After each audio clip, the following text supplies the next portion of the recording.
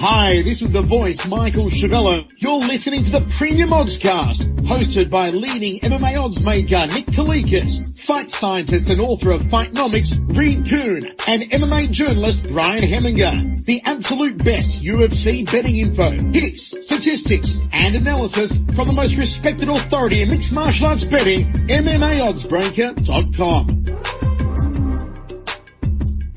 Welcome to the Premium Oddscast, presented by 5 Dime Sportsbook. I'm Brian Hemminger, joined today by leading mixed martial arts odds maker Nick Kalikas to break down this Saturday's UFC on Fox 25 event, which takes place in Long Island, New York. If you're unfamiliar with our format, myself and Nick will break down the fight card from top to bottom, providing extensive analysis and a pick for each fight after doing our film study for the event. Looking back at our last event, we won 3.83 units for UFC Fight Night 113 after going 2-0 on our premium bets. We also lost our 1 unit free bet. Back to the present, UFC on Fox 25 features a 13 fight card in total and will be aired on UFC Fight Pass and Big Network Fox this Saturday night. Let's dive right in. Now, kicking things off on Fight Pass is a lightweight contest between Frankie Perez, who is 10-3, and Chris Wade, who is 11-3. Now, Nick, where'd you open this fight, and how has the public shifted things so far? Up in Wade, minus 230. The comeback on Perez at plus 170. Looking over to our sponsored sportsbook, 5dimes.eu. Make sure you guys check those guys out. Currently at 5 Dimes, it looks like we have Wade at minus 300. The comeback on Perez at plus 250. So a little bit more action coming in Wade's way. I understand it. I mean, he is the more popular fighter of the two. I think a lot of people have respect for his overall game. Of course, this is also a rematch dating back a few years ago when they fought in another organization before they both made the UFC, where they had a split decision, a very competitive type of fight. So these guys have history together. But the respect factor, especially in the UFC, has definitely gone more towards Wade because he's had a lot of success. I mean, let's face it. He's put together some nice quality wins in the UFC. And then, of course, unfortunately for him, he suffered a couple back-to-back losses, but look at the competition level of those losses. I mean, he basically faced better grapplers. I mean, the Russians that beat him recently will beat most lightweights in this weight class. So it's not bad losses for Wade, and this is actually a step down in competition for him going against Perez. Now, that's not disrespecting Perez either because he's going to be game, and he's definitely going to be in this fight, and he's going to make it competitive. I think Perez actually has a little bit of advantage on the feet, actually. I mean, Wade isn't going to be out of his element there, especially his kicking game. He can score and land well with kicks. His fight IQ is decent enough where he'll be in the game when it comes to striking as well. But I just think Perez has a little bit more length on the feet. I like his boxing. I think he can land some kicks of his own as well. His clinch work's decent. So I give the slight edge to Perez on the feet. I think the grappling will go Wade's way, and then the conditioning goes Wade's way as well. So I think that's basically what it comes down to. Early on, we're going to see an ultra-competitive fight. Perez might even steal the first round, but as we get in round 2 and round 3, I think it's going to get a little bit more clear, and we're going to see Wade pulling away with a fight and winning a competitive, close decision. So I'm going to pick Wade to defeat Perez, more than likely by unanimous decision, a competitive unanimous decision. Could see a finish late, maybe in round 3 if Wade is able to catch Perez's back or something of that nature, but I think more than likely it's a decision win for Wade. And I'm on a similar wavelength here. Frankie Perez has showcased some decent striking in his UFC run. I mean, the knockout of Sam Stott was impressive right before his retirement. And then in his last fight, he showcased some decent top control and wrestling against Diakese. But this time he's taken on somebody in Chris Wade. Again, they fought before, but he's facing somebody in Chris Wade who has a better ground game, has better conditioning. And while Chris Wade has had some trouble in his last 2 fights, I'm going to give him the benefit of the doubt here because he was facing Makhachev, he was facing Khabilov, 2 really, really nasty Russian ground fighters. So Wade, yeah, he got on the losing end of those bouts, but Frankie Perez is no Makhachev. He is no Rustam Khabilov. So what I see happening here is maybe Perez lands the better shots on the feet, but Wade holds his own there. And then when it goes to the floor, while Perez has some wrestling, Wade is the better wrestler. Wade is better with top control. Wade is going to threaten with submissions a little bit more. So I just see Wade winning a decision as well. So my pick is going to be Chris Wade. Now dropping down to the featherweight division, we have Shane Burgos, who is 9-0, taking on Godofredo Pepe, who is 14-4. Now, Nick, What's the MMA odds makers perspective on this one? Up in Burgos, minus 300, the comeback on Pepe at plus 220. Right now it's Burgos minus 340, the comeback on Pepe at plus 280. So straight bets coming in Burgos' way. I was expecting some of that as well, especially some parlay action. I mean, Burgos is just a popular fighter right now. And Pepe, he gets some respect at the betting window for sure, throughout his UFC career. But right now it seems like Burgos seems to be the guy that everybody's kind of keeping an eye out on the featherweight division as far as up and coming fighters. I mean, he's 26 years old. The guy is an ultra talented fighter, of course, and he's made a splash thus far in the UFC with his performances. There's no question about that. I mean, defeating Rosa and knocking him out. Rosa's a pretty tough guy, and to be able to finish him, like he did in that third round, and especially the way he looks leading up to that point. I mean, he was landing some serious punishment. Again, his takedown defense is good. His just every aspect of Burgos' game is spot on, and it looks like he really has no true weakness. Minus at times, I mean, other strikers might be able to have some success. His strike defense needs to tighten up a little bit better. He was absorbing some punishment against Pepe, or I'm sorry, against Rosa, I should say, in that last fight a little bit, but his chin held up fine, so he has a solid chin as well. So Burgos is a very complete fighter, and he's got the punching power and the will to win, the pressure that he puts on his opponents. A lot of people cannot withstand that kind of pressure. Pepe, again, very talented fighter. I think overall in the UFC, he's almost overachieved a little bit because he's more known for his ground fighting. And on the ground, the guy's definitely talented. He has a sneaky good sub game, whether it's off his back or from the top. I mean, the guy is definitely a very talented submission artist, and there's no question about that. He's also made himself a little bit more dangerous on the feet with his unorthodox and aggressive, wild kind of style on the feet. I mean, he ended fights with flying knee, for crying out loud, that's knocked people out. So Pepe's dangerous regardless of where the fight takes place because of his aggression, because of his carefree kind of attitude and style. Now, will that play in well against Burgos? I'm not sure. I think that probably gets him knocked out. I mean, if any kryptonite in Pepe's game, it's been just that. I mean, if people can take him down and out wrestle him and kind of avoid the submission, they can beat him that way. But more so than that, I think Pepe's biggest issue is that chin. He's been rocked before. He's been knocked out before. And against Burgos, that hits as hard as he does, that puts that kind of pressure moving forward that he does. I think it's just a bad combination for Pepe. So expecting some early fireworks, but I think when the smoke clears, it's going to be Burgos knocking out Pepe and catching that chin of Pepe. So I understand the early action coming in Burgos' way, and I understand why the sports books are pushing that lineup a little bit more, as they should. I think Burgos comes away with the win here, and it's probably going to be by knockout. Pepe is the type of fighter that either wins big or he loses huge. And this is the type of fight that I have a really bad feeling about him. Shane Burgos has showcased a really good chin. Burgos has showcased good power. He's showcased a good pace. He's showcased good conditioning. And basically, Pepe, I mean, this is a guy that can get quick submissions. He can get like crazy flying knee attacks and get like jumping knockouts. But man, I really don't think Pepe can pull this off. I mean, Pepe is going to be undersized here. I mean, usually he's the longer, lankier fighter, but he's given up 4 inches in height. He's given up 2 inches in reach.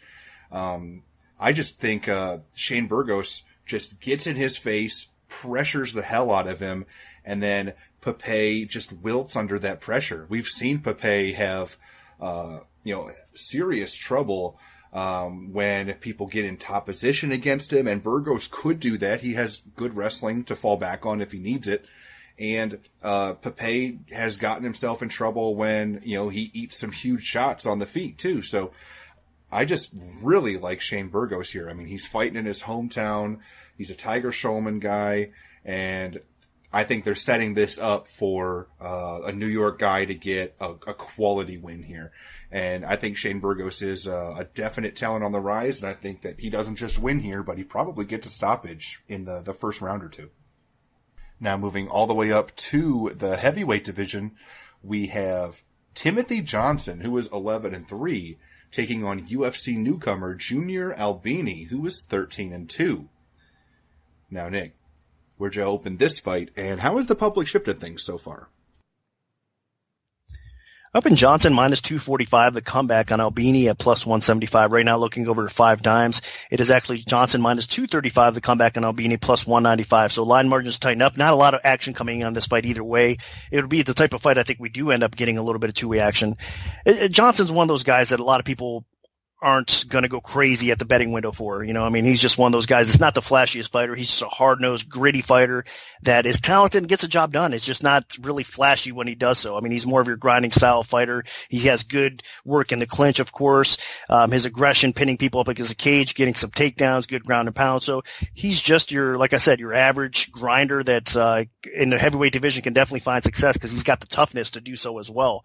So that's going to be his path to victory against Albini as well in this matchup. Albini, I was pretty impressed with him as I was looking through the footage. I mean, this isn't going to be his official UFC debut, but if you watch some of his previous fights, you could definitely tell the guy has some talent. I mean, really, he's well-rounded with his skill set. He seems to prefer the stand and bang type of fight, like meaning his striking is the best part of his game overall because he has some knockout power. He mixes in his combinations well. He pushes forward. He stays calm in the pocket. I mean, his counter-punching ability is really good. So with space, Albini could be a very successful heavyweight striker. No question about that. His ground game, he shows decent takedown defense at times as well. It's not like you could just, rush in and get this guy to the floor. So he does have takedown defense, and he does have a capable takedown game in his own right where he can get top position, drop some ground and pound. He could win by submission on the ground as well. So again, well-rounded skill set.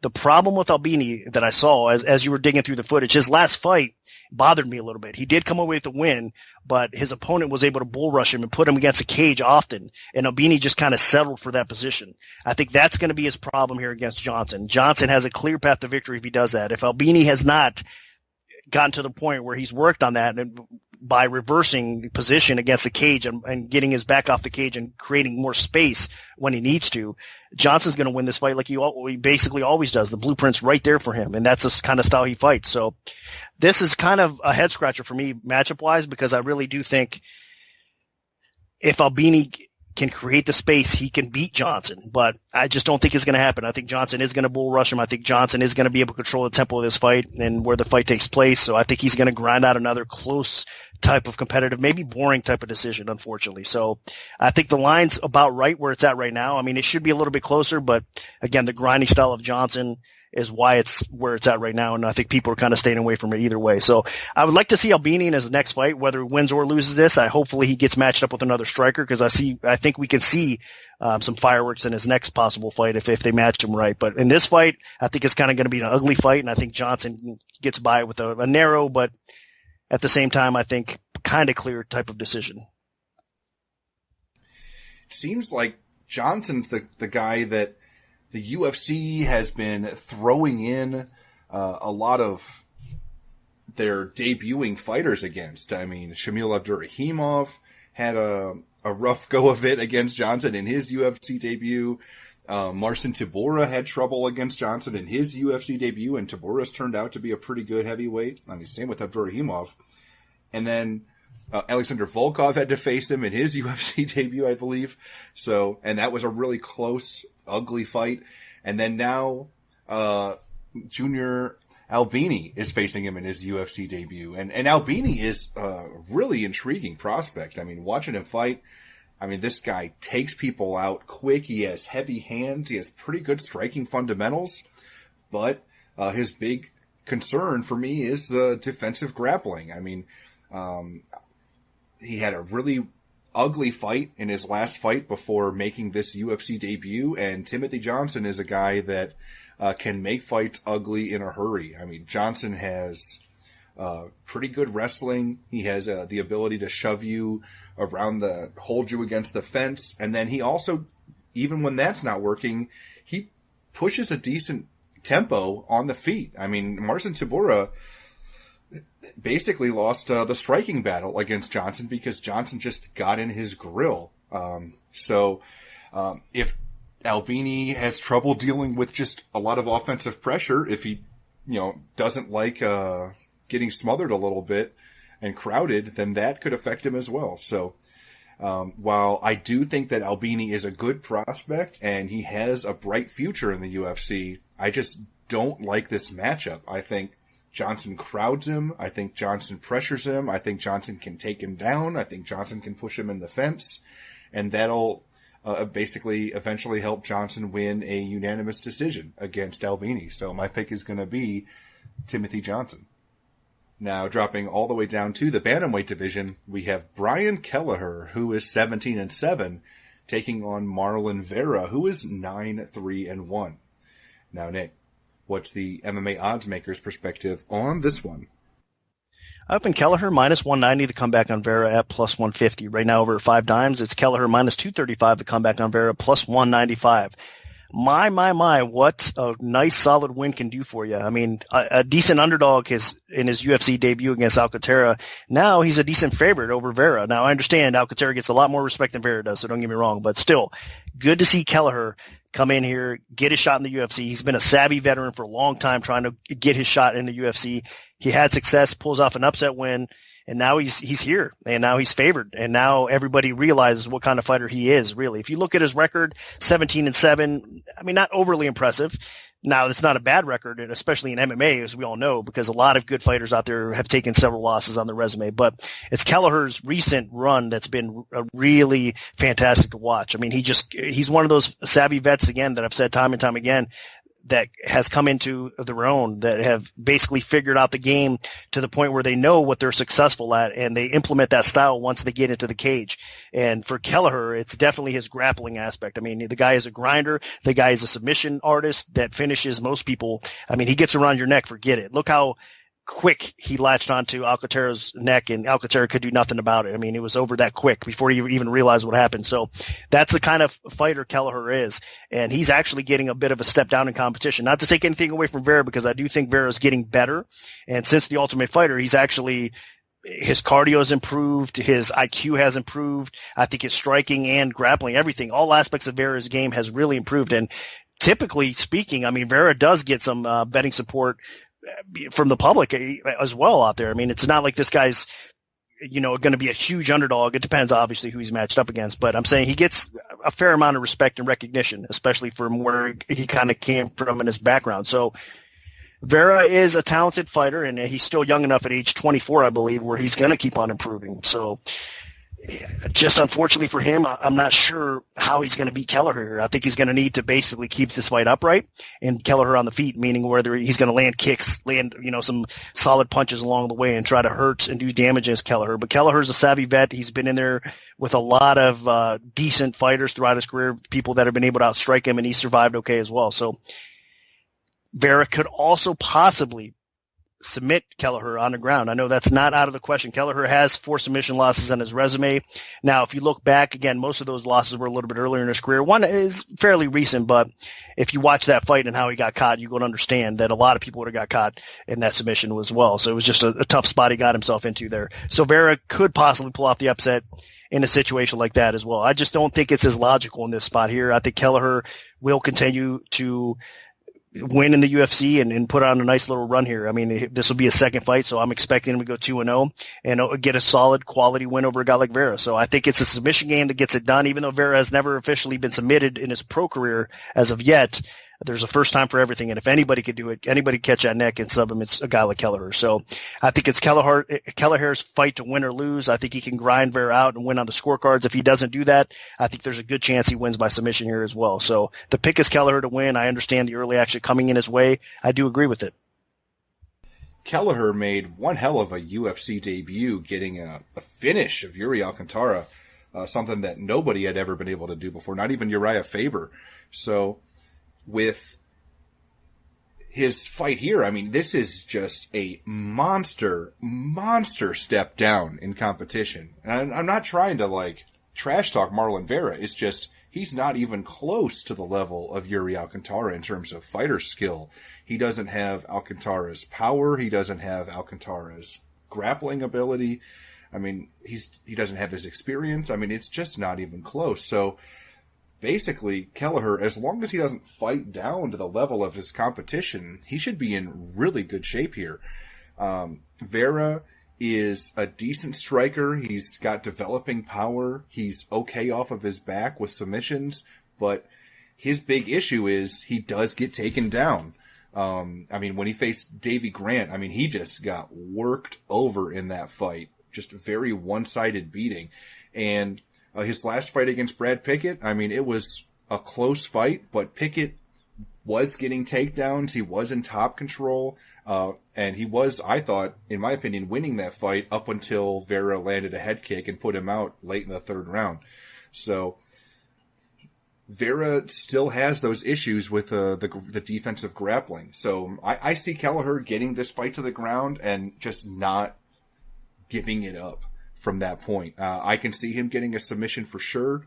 And one thing to be a little concerned about is Kelleher has been submitted several times in the past, mainly earlier in his career. And Vera has pulled off a triangle choke off of his back in his first career win in the UFC. So that is something to consider. But overall, I definitely favor Kelleher here. Vera should have the edge on the feet, but when this goes to the ground, it's going to be Kelleher's world. So I like Kelleher. I think he at least wins a decision, but has a good chance of submitting Marlon Vera. Now moving on to the main event of the Fight Pass prelims. In the featherweight division, we have Kyle Bochniak, who is 7-1, taking on Jeremy Kennedy, who is 10-0. Now, Nick, where'd you open this fight, and how has the public shifted things so far? Up in Kennedy minus 245, the comeback on Bochniak at plus 175. Another spot where it's basically stayed the same. It's right now Kennedy minus 245, the comeback on Bochniak is at plus 205. Line margins have tightened up a little bit. Two-way action coming into this fight as well. A little bit more parlay love coming in Kennedy's way as expected, but nothing significantly that it's caused a big stir in the line move or anything like that. So both guys getting respect, both guys prospects. I mean, let's face it. Obviously, Kennedy is the bigger prospect. I mean, he's younger. He's only 24 years old, where Bochniak is at age 30. So he's more into the prime of his career as far as, his age goes, but still fairly new. I mean, he's only 7-1 throughout his career, and Bochniak is improving in the type of fighter that has a tremendous skill set overall, and I think is a great addition to the UFC roster. And so far, he's had some decent performances. I mean, some questionable ones as well, meaning that, his Barzola win, a lot of people thought that it could have been a loss, and I understand it was close enough where you could have gave the nod to Barzola, and I think most people would agree with that. His Rosa win, or his loss, I should say, against Rosa in his debut was a tough fight. I mean, he took that fight on short notice, and he hung in there with Rosa, which Rosa is a solid guy in the featherweight division as well, as we know that. So acceptable loss. Controversial type of win for Bochniak, but the point being, you can see the skill that the guy has. He has really good boxing. He's got some power on the feet. He has capable wrestling. He's got capable takedown defense, and he's got a little bit of submission game to go along with it. So another guy that's ultra well-rounded, that's getting better fight by fight, that's getting more confidence fight by fight, and I think he's going to give Kennedy all he can handle in this fight. In fact, I know there's been a war of words on Twitter from both these guys back and forth. They've been going at it pretty good, and Kennedy's kind of disrespecting Bochniak in a way, saying, hey, you're not on my level, it's going to be easy work and that sort of thing from what I read. So it's interesting because I do think it's going to be a very, very competitive fight. But Kennedy has been more of the impressor of the two for sure. I mean, if you look at his fight, his last fight really against Hani Jason, I mean, to be able to control the tempo of that fight in hostile territory as well and just do what he did. I mean, it was more than impressive, I think, because Hani Jason is very dangerous. Even if you put him on his back, he can submit you. On the feet, obviously, he's dangerous as well. So Kennedy went in and did what he had to do. He outgrinded him. He fought smart. He controlled the tempo of the fight, and he got the biggest win of his career. And I think that Bochniak is going to be a little bit less dangerous in a lot of ways than Hani Jason was for Kennedy as well. But is he going to be able to control the wrestling aspect as well as he did against Jason? I don't know. I think Bochniak does have better takedown defense overall, and it's not going to be as easy. But the pressure that Kennedy pushes and the pace that he sets, I think he's going to be able to pin Bochniak against the cage. He's going to be able to slow the fight down a little bit and kind of start grinding on Bochniak along the way. And I think that's probably going to get him the decision win here as well. That's why he's a solid favorite. I think when it takes place on the feet and these guys are striking back and forth, it'll be competitive. I think Bochniak obviously has to make up a little bit of distance and height. I mean, the reach is almost similar. Kennedy, I believe, is only 1 inch, but obviously he's a shorter fighter. So Bochniak is going to have to try to work inside a little bit more. Kennedy's going to have to kind of use that length and keep him on the outside and have success there. So I think both guys can have success in the striking range, but I think what it comes down to is Kennedy putting everything together a little bit more. I trust Kennedy a little bit more as well. Obviously, people do out there that are betting him, and I think that he probably comes away with a close competitive win. It's just a weird spot for me. That's why I'm kind of, I guess, not as confident as you like to see in a guy like Kennedy, because with his skill set definitely being what it is. Because I think Bochniak is one of those guys that improved so much fight by fight. Now he's been out for almost a year as well. I think he's had time to work on his game and make more improvements. So I'm expecting this to be a lot closer than probably all of us think. That's why I'm kind of spinning all this out here. But that being said, I still favor Kennedy, and I think he does get the edge in this fight. He wins a close decision against Bochniak. And personally, I don't think this fight will be as close as Nick thinks it'll be. Now, Bochniak has put up some good fights so far in his UFC career. I mean, he gave Rosa all he could get in his UFC debut on short notice in a losing effort. And then in his second fight, he won a split decision over Barzola. And honestly, I thought Barzola won that fight. But, I mean, it was a close fight, relatively.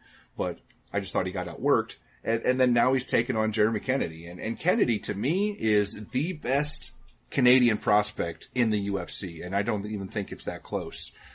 Kennedy is undefeated right now, and he has looked just really, really rock solid. I mean, UFC debut, he took on relatively short notice, a weight class up, and he won a decision using basically a grinding style, pushing the fight into the fence, getting takedowns, and then dropped back down to his natural featherweight division, and he was just sensational in his last fight. It was a really solid performance.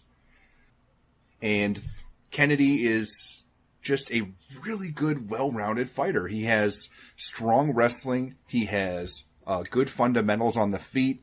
And he puts good pressure on his opponents. And Bochniak, to me, I don't think that he'll be able to handle the pressure and pace of Jeremy Kennedy. And I expect Jeremy Kennedy to be getting a ton of takedowns here. And I expect Bochniak to be on his back and to stay on his back for extended periods of time. So I really like Jeremy Kennedy, and I expect that he'll win. So my pick is going to be Jeremy Kennedy. Now moving on to the preliminary card on Fox, we have a heavyweight contest between Damian Grabowski, who is 20-4, and Chase Sherman, who is 10-3. Now, Nick, what's the MMA oddsmaker's perspective on this one? I opened Sherman minus 230, the comeback on Grabowski at plus 170. Right now, over at 5 dimes, Sherman minus 235, Grabowski plus 195. So line margins have tightened up a little bit, basically staying where it's at. Not a lot of two-way action in this fight either. I think a lot of people cannot really truly support either guy because there's a lot of question marks and a lot of concern surrounding both. Hey, first of all, you got to take your hat off to Sherman. His Twitter game is strong and on point, man. I'll tell you what, he's really building, solidifying a nice little fan base for himself. I mean, through Twitter, through social media. So you got to give him credit for that. I mean, the guy is definitely somebody you want to keep an eye out on Twitter. He's just funny, just everything about that aspect. The social media game he has on point. But getting into this fight, he's taking this fight on short notice, and he's coming in as a 2-1 favorite. And this is the guy that started off his UFC career 0-2, and he was looking to keep his job and survive in his last fight, and he did just that. I mean, that fight was definitely impressive, and he came away with the win. He got fight of the night, or I believe, or performance of the night bonus, if I'm not mistaken. So he got basically a fight bonus for that, which is deservingly so. I mean, it was a war today against Coulter as well. So a lot of the good things I like about Sherman. Grabowski, on the other hand, man, I feel so bad for the guy. I mean, he's the type of savvy veteran that's been around for a long time as well, that's had a lot of success, faced decent competition outside of the UFC, finally makes it to the UFC, and bam, he gets knocked out by Derek Lewis, and he gets knocked out by Anthony Hamilton. So back-to-back knockout losses, and now he's facing a guy that's going to look to knock him out again. I mean, that's how Sherman wins his fight.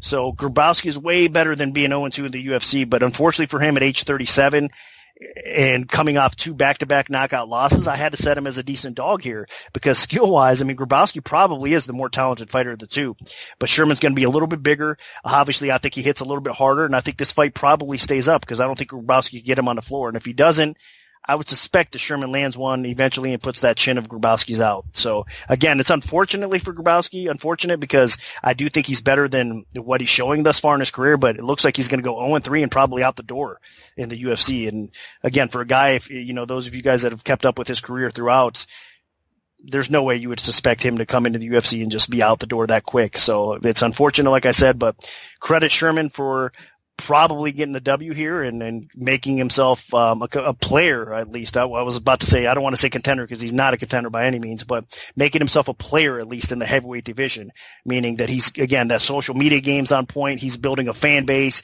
And if he goes out there and delivers a couple knockouts, that's what people want to see. So he's doing some really good things, and he's making himself a person that the UFC can kind of get behind from time to time in the heavyweight division, at least. So credit Sherman. I think he does probably get the job done here against Grabowski, and it's probably going to be by knockout. So my pick is Sherman. Yeah, Damian Grabowski just has not been the fighter I was expecting since he's signed with the UFC. I mean, granted, he's 37 years old, so maybe he's just starting to slow down. But, I mean, his chin has evaporated, and I mean, he's been in there twice, and he's been taken out quickly twice. I mean, Derek Lewis got on top of him and just pounded the hell out of him.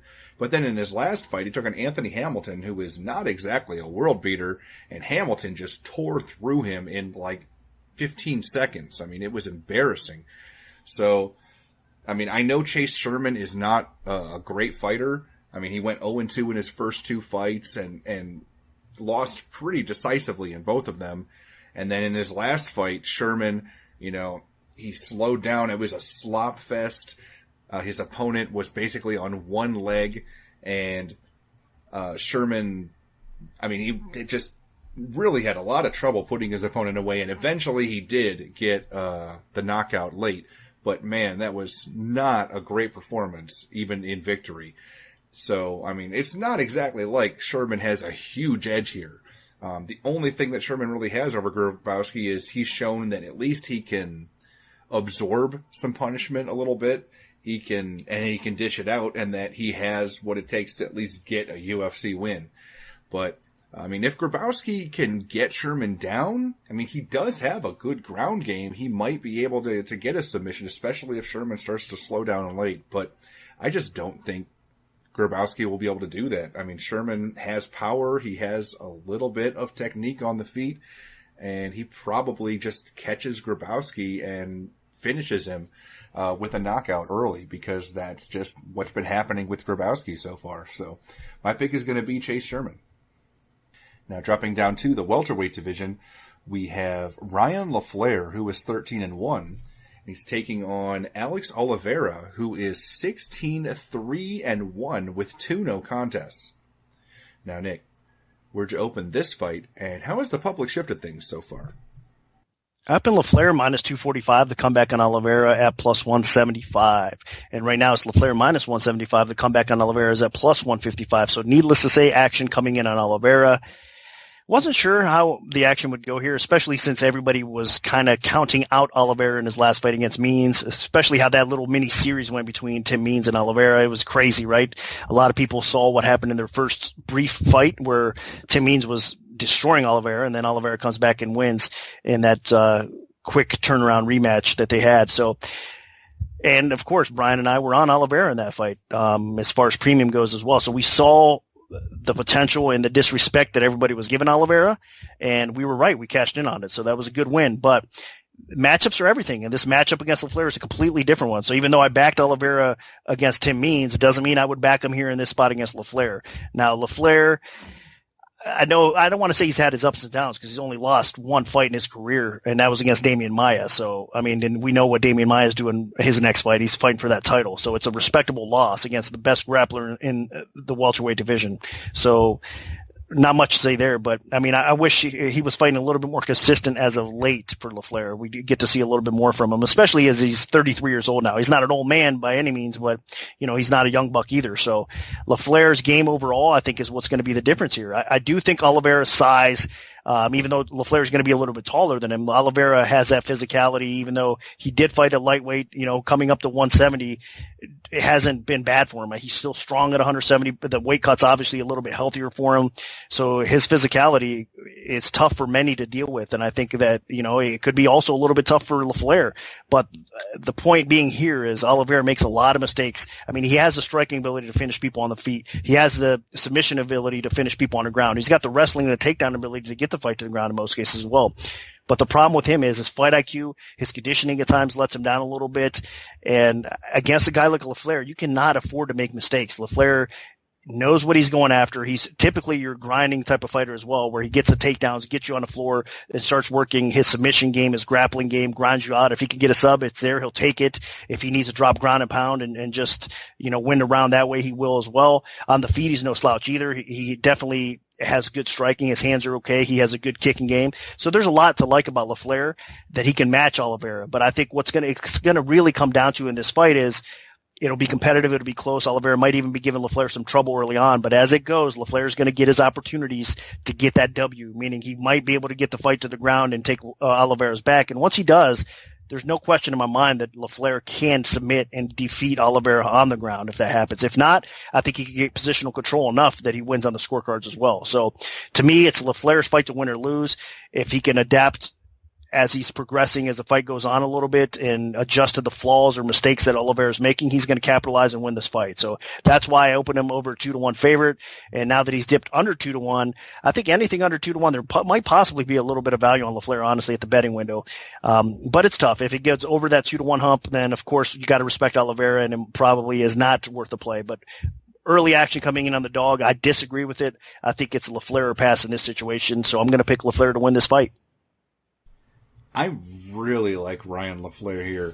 Now, Alex Oliveira has pulled off some pretty impressive performances, more recently against Tim Means, against Will Brooks, but Ryan LaFleur is a whole nother animal. I mean, Oliveira beat Brooks because he was just so much bigger than him. He was able to outmuscle him. Brooks had a lot of trouble with his wrestling. And then Brooks had like a rib injury, and that really took a lot out of his ability to get the fight to the ground. And this time around, I just think Ryan LaFleur has Oliveira beat in just about every facet of the fight. LaFleur pushes a higher pace on the feet. LaFleur has elite wrestling that he can get takedowns and not get submitted. I mean, this guy went 5 rounds with Damian Maia and had Maia on his back for like 4 of the rounds and did not get tapped out. So there's just no way Alex Oliveira gets a submission here. And LaFleur has shown good striking fundamentals. So I don't see Oliveira getting like a knockout unless he just lands a crazy lucky punch or something. I mean, LaFleur went in there against Santiago Ponzinibbio, a guy with way better striking than Oliveira, and had no issue dealing with Ponzinibbio on the feet, and then got a bunch of takedowns in that fight too. So I just see LaFleur pushing the pace on the feet, getting takedowns, and at worst winning a decision. Now, Cowboy Oliveira is a good fighter, but I just really don't think that he'll be able to handle what LaFleur brings here. So I see LaFleur winning a very one-sided decision. So my pick is going to be Ryan LaFleur. Now, moving up to the middleweight division, we have Rafael Natal, who is 21-8-1, taking on Eric Anders, who is 7-0. Now, Nick, what's the MMA odds maker's perspective on this one?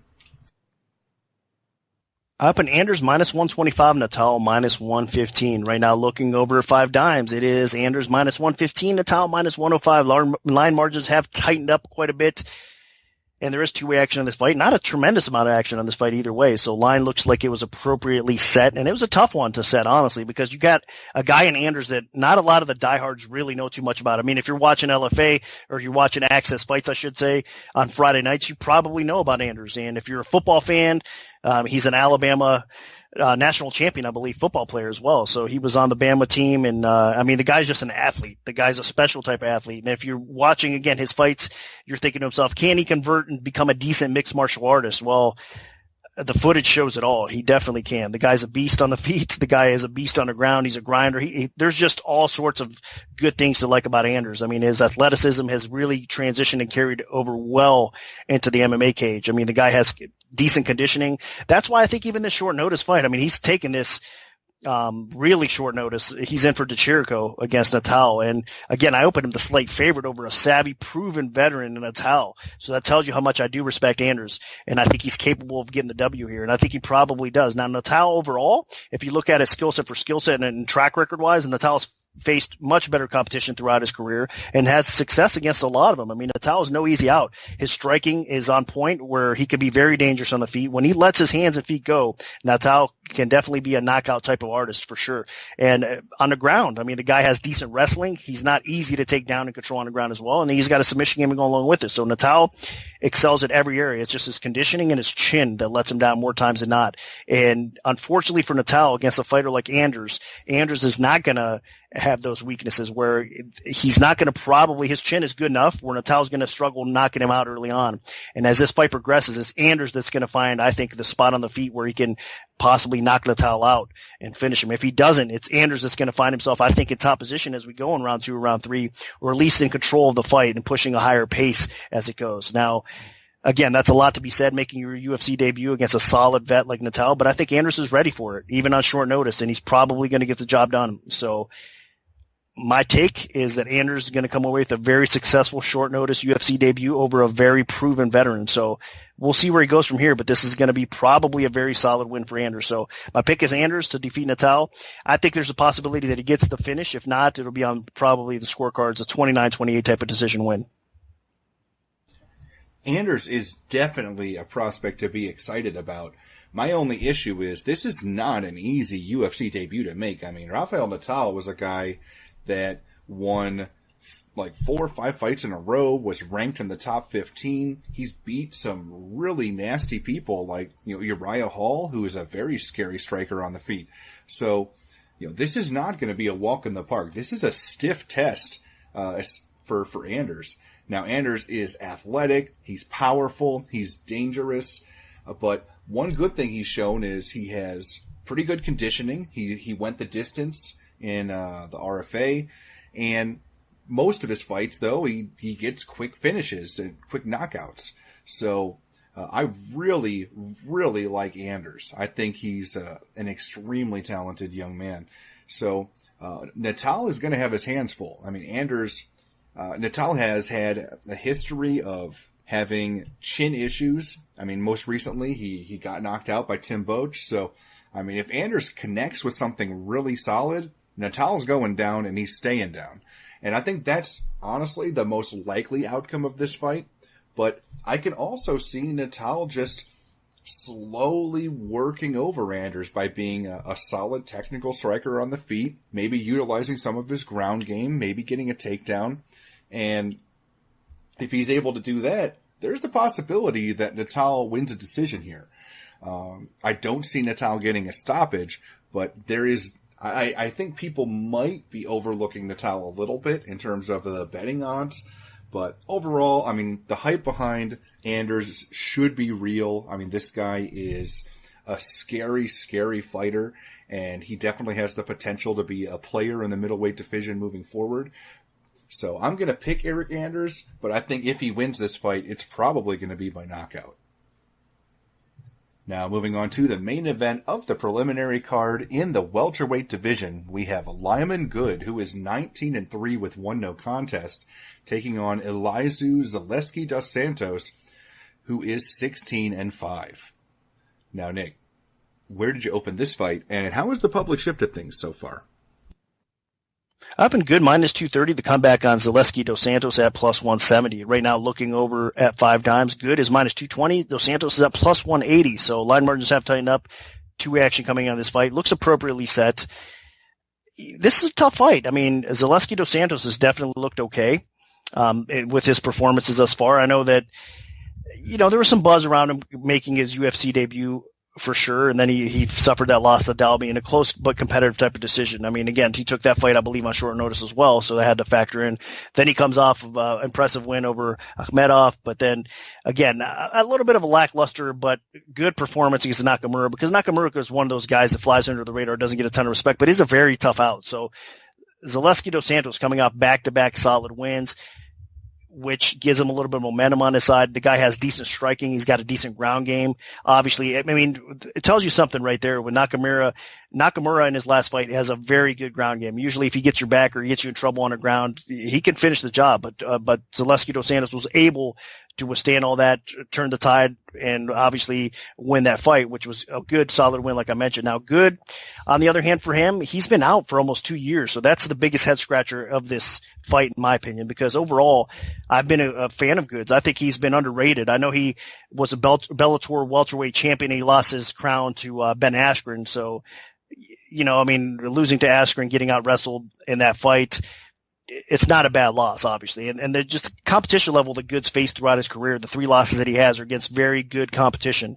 And the wins that he has in his resume have been against solid competition as well. So that's why I'm so impressed with Good. Again, not a lot of people are really jumping on his bandwagon or whatnot yet, especially at the betting windows, it seems. But I think that he is a very capable fighter. I mean, in most cases, he's going to out-wrestle his opponents. Now, again, a caliber wrestler like Ben Askren, no, that's not going to be the case. But against any other tier fighter in that regard, he can basically out-wrestle. So he can control and dictate the tempo of the fight in that regard. And then he can also outstrike his opponents. I think his striking is extremely underrated. I mean, the guy has power. He has clean technique. He has good fight IQ. He has good accuracy.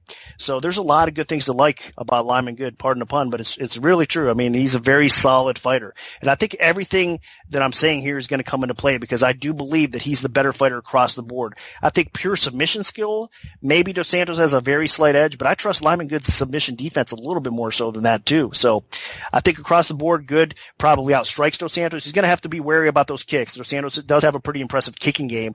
Good's going to have to kind of be cautious about that. But on the feet, I think he pushes a high enough pace. He'll outpoint Dos Santos on the feet. And then on the ground, I think we're going to see Good in top position, avoiding the submissions and just kind of grinding out a win that way as well. So regardless of where the fight takes place, barring, a severe ring rust factor that Good being off 2 years shows, I think it's his fight to win or lose, and I'm expecting him to bounce back nicely, especially at welterweight, and get the W here. So Good is my choice. I think that I'm going to be looking forward to seeing more of his fights in the future after he gets a solid win here against Dos Santos. So the pick is Good.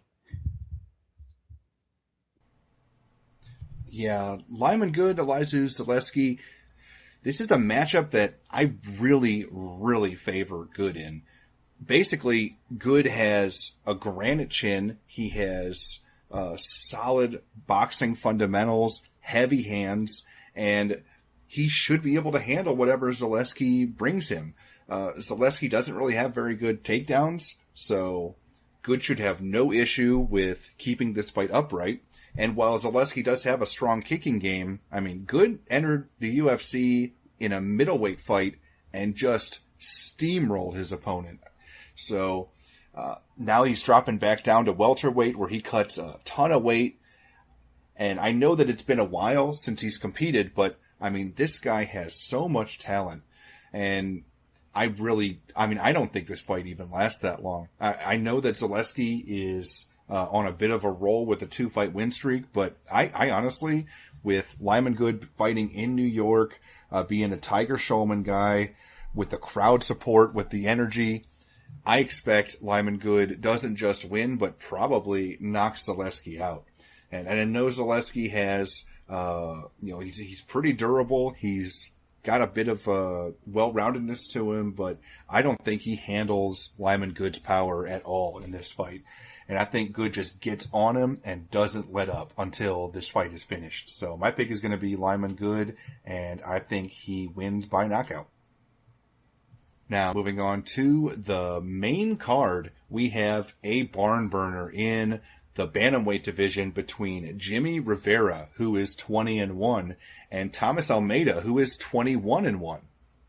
Now, Nick, what's the MMA odds maker's perspective on this one? Up in Rivera, minus 140, the comeback on Almeida at even money. Right now, over 5 times. It's minus 230 for Rivera. The comeback on Almeida is at plus 190.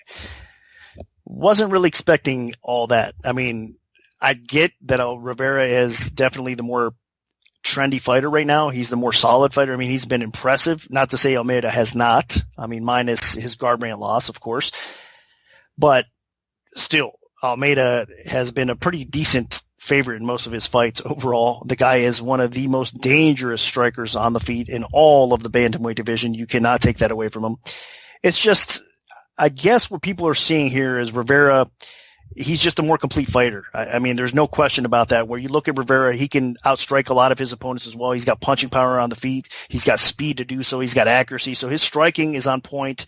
Definitely has really good boxing with knockout power. His wrestling is on point as well. In most cases, he's able to get the fight down to the ground. He's able to control. He's able to do what he wants with his opponents on the ground, depending on the stylistic matchup, of course. And then, of course, he's got a little bit of subs to go along with it. So Rivera is a very, very complete fighter, and he excels. I mean, just the athleticism that he has with the speed and, again, his power and the way he puts everything together makes him what he is today and a serious contender at bantamweight. I mean, a lot of people were believing that the winner of this fight is definitely going to get himself in line for a future title shot.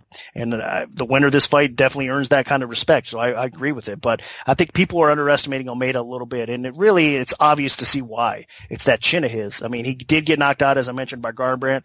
But beyond that, I mean, he's been rocked and he's been wobbled in many of his fights. And it's really his striking defense that is to blame for this. I mean, he has to tighten up that defense. His chin is a little bit suspect, to say the least, but in most cases, he's been able to kind of bounce back relatively quickly and survive himself getting wobbled on the feet and then coming back and winning those fights. So Almeida is a warrior. I mean, that's all there is to it. And his striking offense is, again, something that you really can't compare to any other bantamweight in the UFC with his length, with his unorthodox but clean striking technique.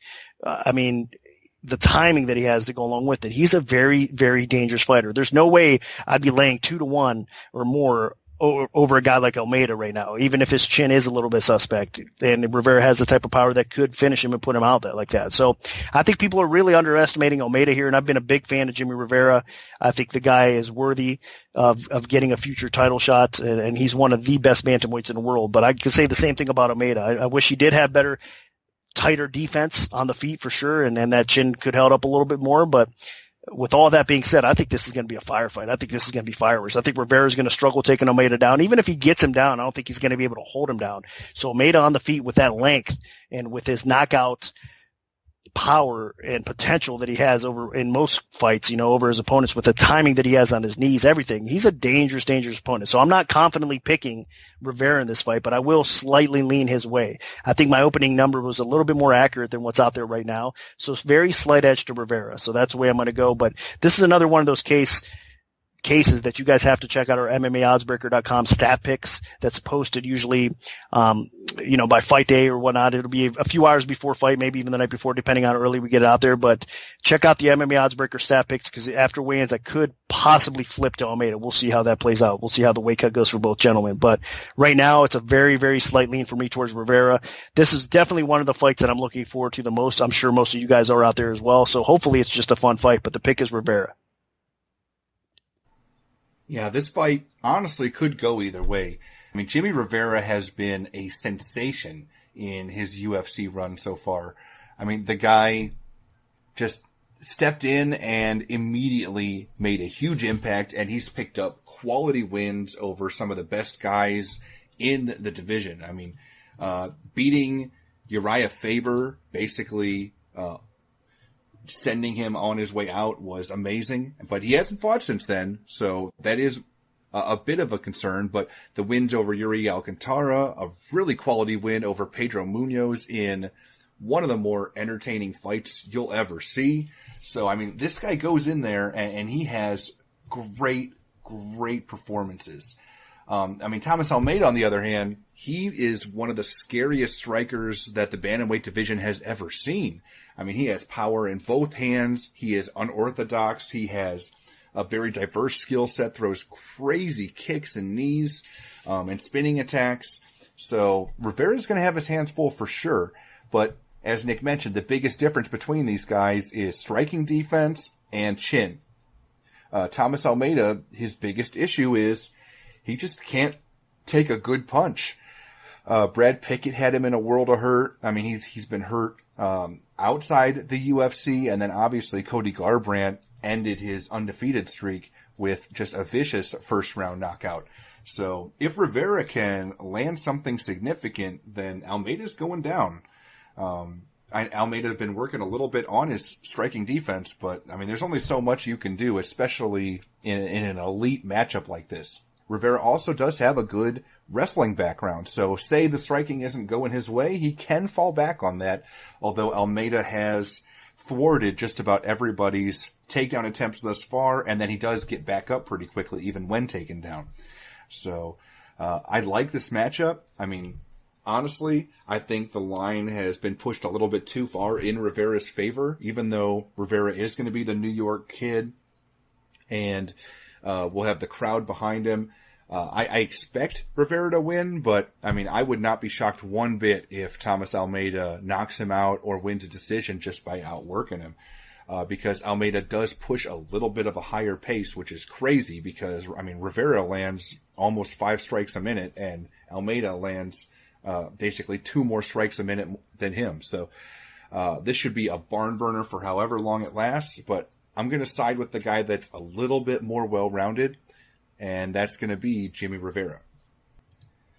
Now, moving up to the light heavyweight division, we have Patrick Cummins, who is 9-4, and he's taken on Gian Villante, who is 15-7. Now, Nick, where did you open this fight, and how has the public shifted things so far? I opened Villante minus 150, the comeback on Cummins at plus 110. Right now, looking over at 5 dimes, it's Villante minus 125, the comeback on Cummins at plus 105. So 5-cent drop on the dog. Really, line margins have tightened up a little bit, and there is two-way action on this fight. Early on, line flipped. Cummins was a little bit of a favorite after the line got posted, and now we're starting to see action back on Villante as well. I opened Villante the favorite. Let's just face it. It is what it is. You can't really trust either one of these guys too much, can you? I mean, Cummins has a terrible chin, one of the worst chins in the light heavyweight division, and Villante has terrible fight IQ and cardio.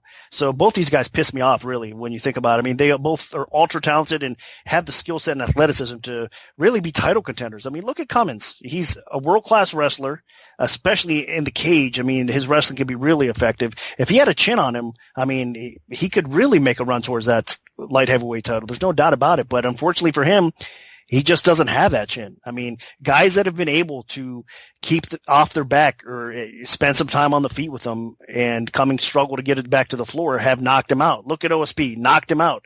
Look at Glover Teixeira, knocked him out. Look at Nog, knocked him out.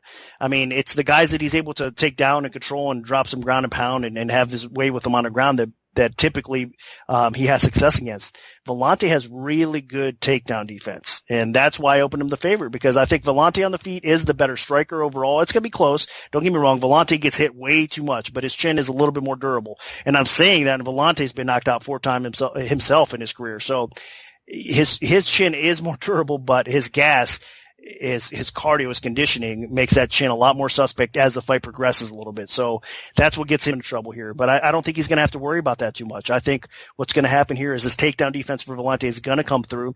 I think these guys are going to be exchanging on the feet, and I think more times than not, Villante is going to land that finishing blow on the feet before it gets too far. So that's what I think happens. I think Villante's wrestling defense, his takedown defense is going to come into play here. And I think his striking ability and his power on the feet is going to catch that chin of Cummins again and put him out.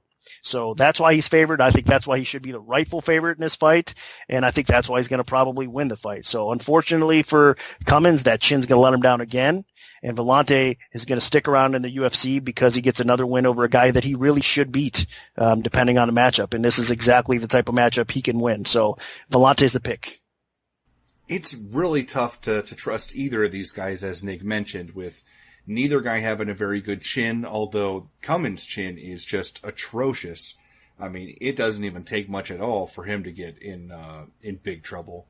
I mean, ever since the UFC debut, when he entered on short notice against Daniel Cormier, talking all that smack, and then Cormier just landed one good shot on the feet and just put him out. So, Gian Villante, I mean, if he just lands something significant early, then Cummins is going down. That being said, Cummins does have elite wrestling ability. Cummins does have a strong pace, and he has pretty solid top control. So if Villante cannot take Cummins out in the first round or two, then I can see Cummins getting takedowns. I can see Cummins working on Villante. I can see Cummins getting a potential TKO as this fight goes on, especially as Villante starts to fade. But that being said, Villante does have good heavy hands. He has good takedown defense overall. He has strong leg kicks, and he should be able to win this fight by knockout. especially being a New York guy. And I think the UFC is trying to set this up to, have a lot of New York people get quality wins. So my pick is going to be John Vellante, but I mean, live betting scenario, if, he wins the first round but expends a ton of energy, maybe, think about Cummins, especially if the price is right. So, but my pick will be John Vellante. Now, dropping down to the featherweight division for the co-main event of the evening, we have Dennis Bermudez, who is 17-6, taking on Darren Elkins, who is 23-5. Now, Nick, what's the MMA odds maker's perspective on this one? I opened Bermudez minus 190 to come back in Elkins at plus 150. Right now, over at 5 dimes, minus 255 for Bermudez. Elkins is plus 215. So needless to say, more action coming in Bermudez's way.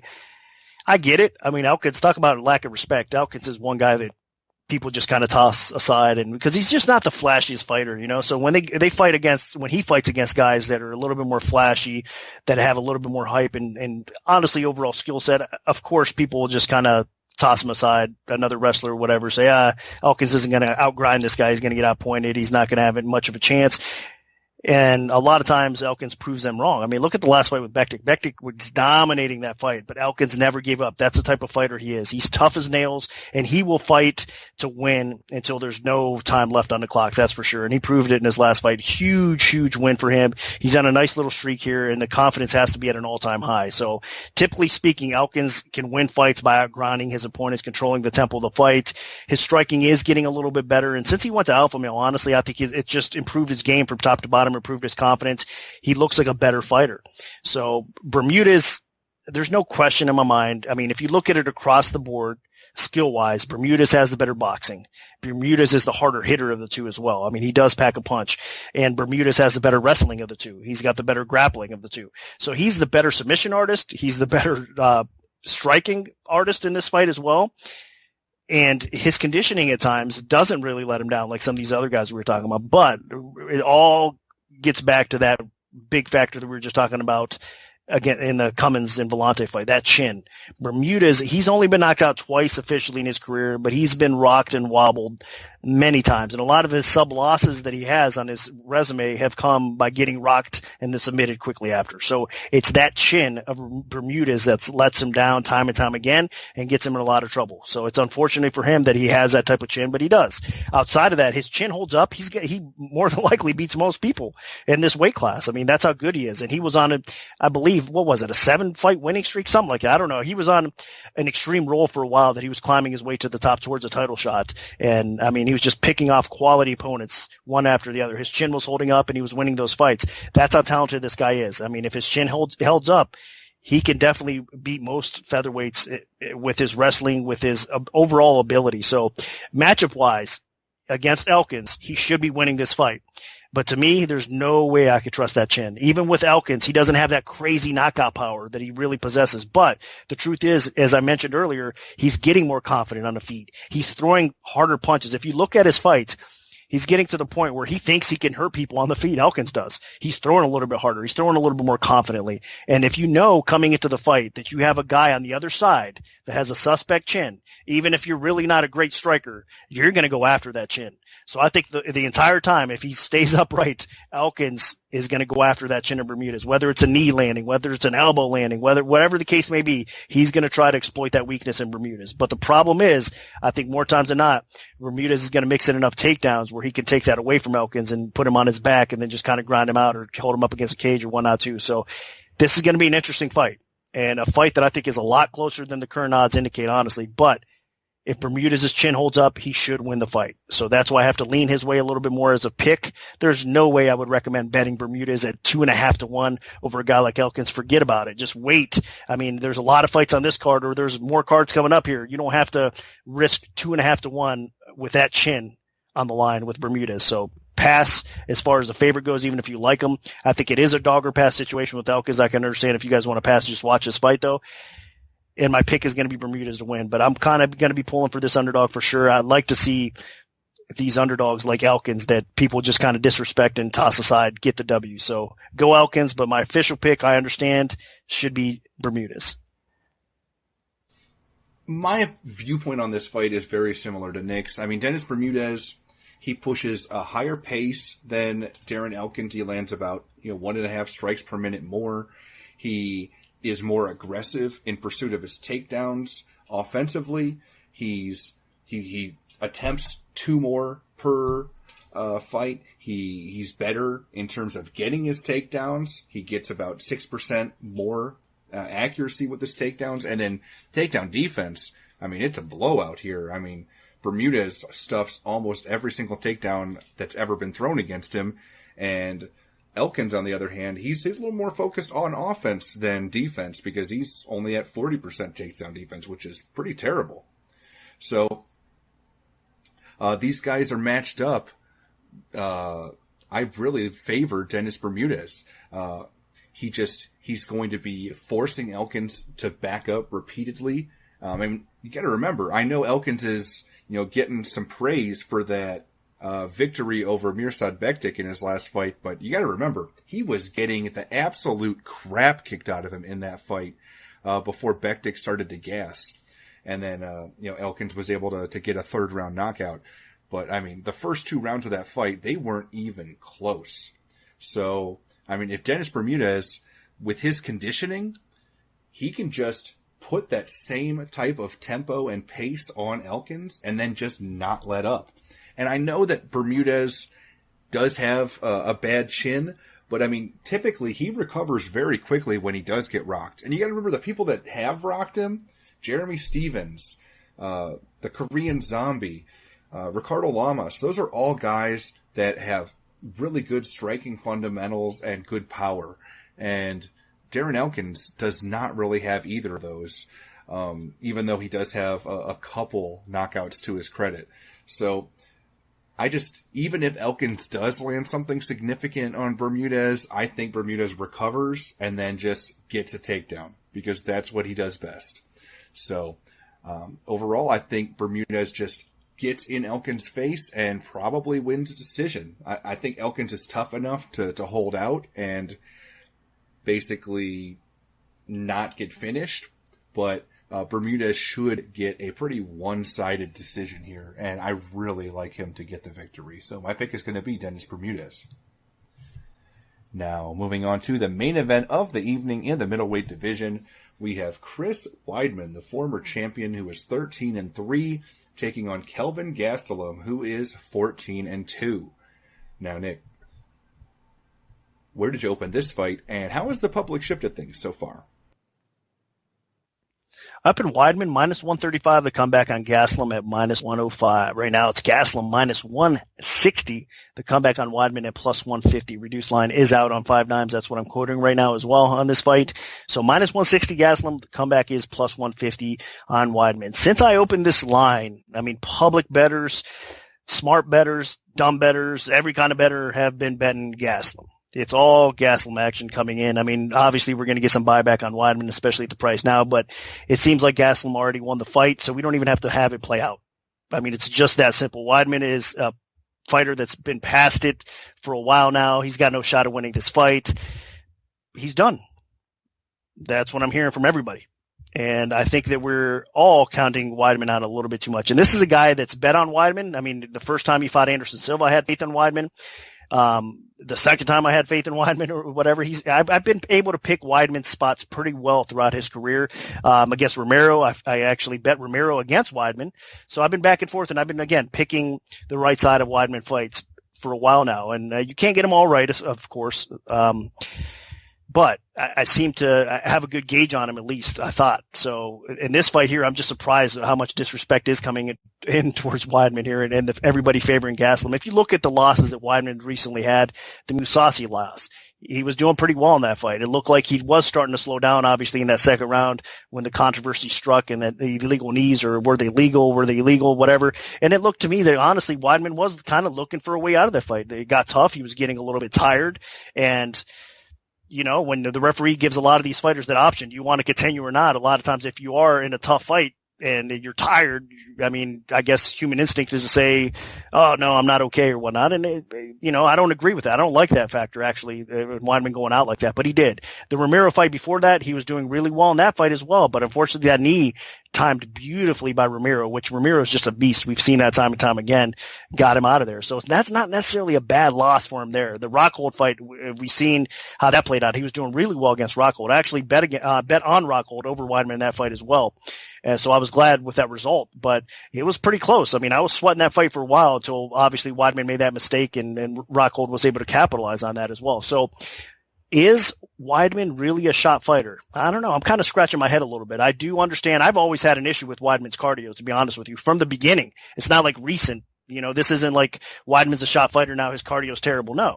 In my opinion, he's always had a little bit of suspect cardio, but he's proven to me that he could fight tired, that he could fight long if needed in that Machida fight. I mean, it looked like he was gassing in that fight. And then if you look back at that 5th round, I mean, he still had plenty left in the tank, or at least he still had enough to heart and desire to drive through it and do okay in that fight. So there's times where I think we underestimate Weidman's conditioning a little bit too much. So we'll see how it plays out. But I'm making the case for Weidman because nobody else really is. So that's what I'm saying here. If you look at Gastelum, he's been nothing but impressive. Of course, we all know his weight cutting issues has been a problem. That's why he moved up to 185 pounds. I don't like the move up to 185 though for him. I think he's an undersized middleweight now, even though he's made up for it with his skill, with his athleticism, with his power, with his wrestling. There's no question that he can win fights, and he's proven that. I mean, if you look at the Vitor Belfort win, that was a beautiful knockout win. The Tim Kennedy fight was a tough fight, even though Kennedy was out for like 10 years, it seems, and he bounced back. That was a very solid win for him as well. So I think he could definitely compete against some of the upper tier guys in the middleweight division and have success, especially with the speed and his power. And again, his conditioning should be better than Weidman's in this fight as well. So the durability factor comes into play. I think people are saying that Gastelum is a little bit more durable, and I can understand that. I mean, even times where Gastelum has been rocked, he's managed to recover fairly well and then finish off the fight and make comebacks in some of those fights. If you look at it against Neil Magny, that was a very good example of that. He went 5 rounds after he was in real trouble early on in that fight. He managed to gather himself and then come away and made the fight interesting. At least he almost stole that fight back from Magny. So it was that close, but he's been in those positions before. But that was, again, that fight was at welterweight. I mean, now he's facing a real middleweight fighter in Weidman, where his size is going to come into play here. Weidman is a strong middleweight. He's going to be able to bully Gastelum around early on in this fight. There's no question about that. I think Weidman's going to be able to control the ground game early. He's going to be able to control the striking. We're all forgetting what kind of effective striker Weidman can be, what kind of power he possesses as well. I mean, I think out of the two, even though Gastelum has a little bit more speed and he can match a little bit as far as the speed and power that knockout ability that Weidman has. I mean, Gastelum has proven that as well, but I think Weidman's a hard puncher. He might not be as fast, but he could be just as effective. So I think Weidman, especially early on in the fight, is going to have success, and Gastelum might be in some trouble early on. And I think we're all underestimating the ability for Weidman to still have what it's left to beat an undersized welterweight at middleweight. So to me, it's just too much disrespect. The line got a little bit crazy. Again, everybody and their mother is betting Gastelum in this spot. So it makes me like Weidman that much more, to be honest with you. Again, and I've been against Weidman several times along the way. I just think this fight here, I do understand as it progresses. I will look, if, for example, if I take Weidman in this fight, I'm definitely going to be sweating it as it goes on. If it gets into round 2, round 3, round 4, Gastelum should start taking over a little bit, and I will be definitely concerned along the way for sure. Because Weidman has showed us a few check marks that we have to be cautious about in those areas. But that being said, I don't think Weidman's as shot as we all think. I think Weidman knows his back's up against the wall here. He needs to perform well, and I think he's probably going to finish Gastelum. I mean, I'm going out on a limb and saying that. Not a lot of people are going to agree with it, but I think Weidman gets this fight done, and he probably gets it done within 2 or 3 rounds. So my pick is going to be Weidman pulling off the upset win over Gastelum, and I think he does it by stoppage. So not a popular opinion, and probably going to be one of the only ones on our staff picks picking Weidman, but that's the way I think you got to go, and it definitely is a dog or pass situation, especially at the current line. I can completely understand Nick's reasoning for taking Weidman. I mean, he is going to have a massive size advantage here. I mean, Weidman's 5 inches taller. He's got 7 inches in reach, 3 inches in leg reach. I mean, it's not even going to be close in terms of physicality. But, I mean, size didn't matter in Kelvin Gastelum's UFC debut. I mean, Tim Kennedy just got in his face, landed a bunch of punches early. Gastelum took him, and then just fired back the second Kennedy started to slow down. So, what happens here is, I think Chris Weidman definitely will be winning the early part of this fight. He should be able to get a takedown or two early. He should be able to pressure Gastelum early. But my issue is the injuries that Weidman's had. I don't think he's a shot fighter in terms of age or anything, but I mean, this guy has just had knee problems, back problems, neck problems. I mean, it's just on and on and on, and those add up. They really do. And you're seeing the result. I mean, it started when he lost his title to Luke Rockhold, getting, TKO'd, and then more recently with the Romero knockout and then the Mousasi TKO. So, I mean, it's just Weidman's not the same guy he was when, he beat Anderson Silva and then defended the title against Silva and Machida and Belfort. So what I do think that he'll start strong. I mean, he's in New York, but being in New York didn't stop him from getting knocked out in his last two fights, because those were both in New York. So, I just think, that Kelvin Gastelum takes over late. I think the not having to cut as much weight is going to help Gastelum's conditioning. He's looked strong. He's had 5-round fights before now that he's been able to handle. And then I thought his conditioning was just superb in the Tim Kennedy fight. So, I really like Kelvin Gastelum here. I think, Weidman starts strong, but just can't keep it up because the conditioning isn't there. The explosiveness isn't there. And if he cannot finish Kelvin Gastelum, then I just don't see any way that he wins decision. So my pick is going to be Kelvin Gastelum. So that'll do it for our full event breakdown for UFC on Fox 25. Now, our premium bets will be released this Friday following the weigh-in, so stay tuned for that if you're an MMAOddsBreaker premium member. If we have a free play to give out, make sure to follow at MMAOB Premium on Twitter, because that's where we'll post them first. We can also notify you of our free bets via email alert if you prefer that method. Just send an email to picks@MMAOddsBreaker.com and we'll add you to our free bet mailing list. Special thanks to our sponsor, 5 Dimes Sportsbook.